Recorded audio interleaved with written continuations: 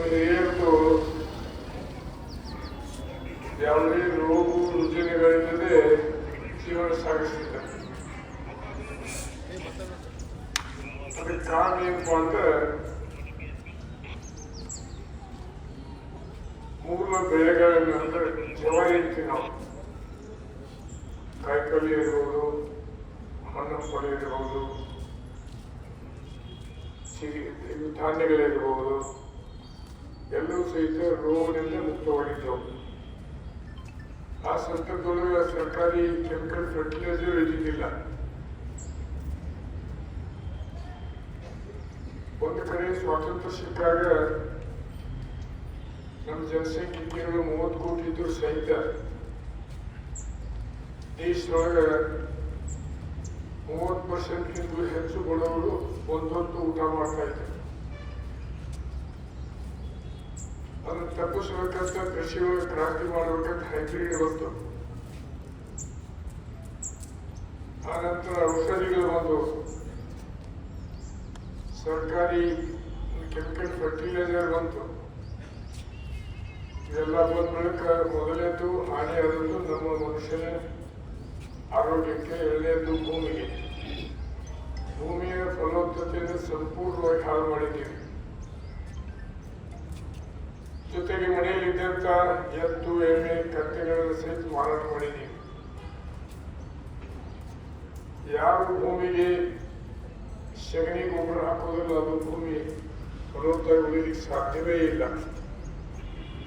ಆ ಸ್ಥಿತಿಗೆ ತಂದಿದ್ವಿ. ನಾವು ನಮ್ದಷ್ಟೇ ನೋಡ್ಕೊಳಕತ್ತಿದ್ವಿ.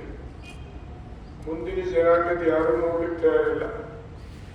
ಮುಂದಿನ ಜನಾಂಗಕ್ಕೆ ನಾವು ಬರಡು ಭೂಮಿಯನ್ನು ಬಿಟ್ಟು ಹೋದಂತ ದೊಡ್ಡ ಶಾಪ ನಮಗೆ ಕೊಡ್ತಾರೆ ಅಂತ ಮಾತನ್ನು ನಿಮಗೆಲ್ಲರಿಗೂ ಹೇಳಿ ಕೆಲಸ ಮಾಡ್ತೀವಿ.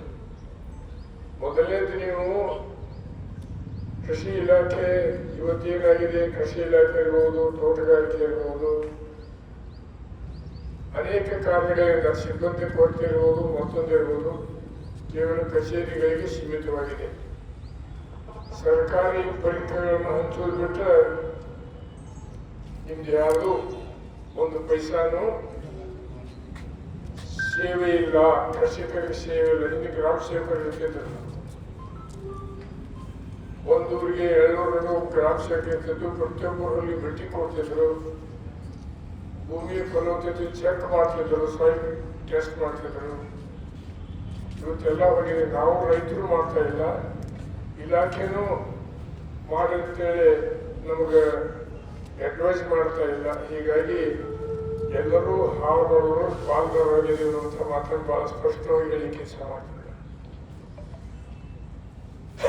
ಎಲ್ಲಿಯವರೆಗೆ ಮೂಲ ಕೃಷಿಗೆ ನಾವು ಹೋಗುವುದಿಲ್ಲ, ನಮ್ಮ ಆಯುಷ್ ಕಡಿಮೆ. ಒಂದು ಸಿರಿಧಾನ್ಯದ ಮಾತು ಹೇಳ್ತೀನಿ. ನನಗೆ ಇಂಟೆನ್ಸಿವ್ ಬಾಯ್ಲ್ ಸಿಂಡ್ರೋಮ್ ಅಂತ ಆಗಿತ್ತು.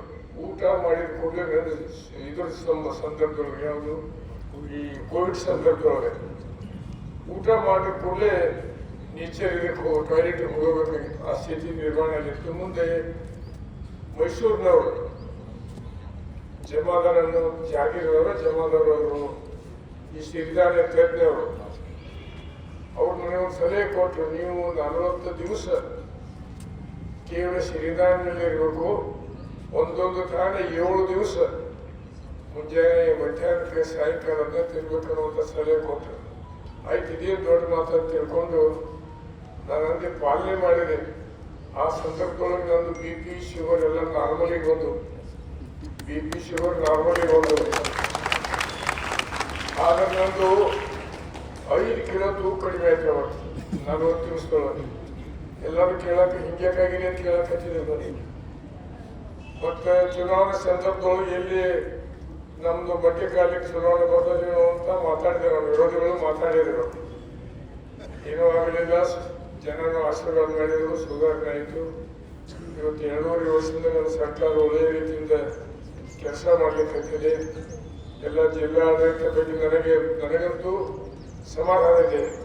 ಜಿಲ್ಲಾಡಳಿತ ಅಧಿಕಾರಿಗಳು ಸಮರ್ಪಕವಾಗಿ ಕೆಲಸ ಮಾಡಲಿಕ್ಕೆ ಹತ್ತಿದ್ದಾರೆ. ನಮಗೆ ಒಂದು ವಿನಂತಿ, ಸಿರಿಧಾನ್ಯ